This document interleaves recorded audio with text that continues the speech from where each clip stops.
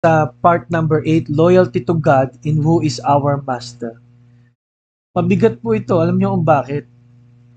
Alam niyo, pagka ikaw ay leader, critical sa iyo kung sino ang tapat na kasama mo.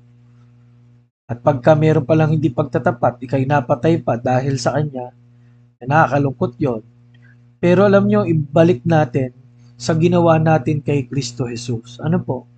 Namatay siya sa krus kahit na ang nagsabi yung mga nagpapako sa kanya ay palayain si Barabas, ipako si Jesus.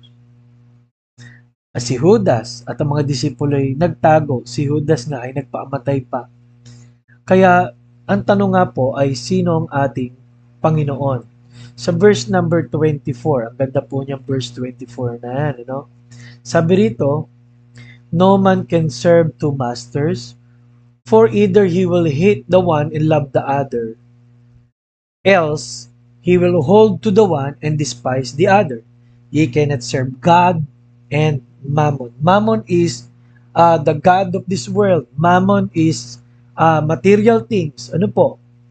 Ang linaw po noon na ang master na ng mga tao ay yung kapritsyo, ano po, at layaw.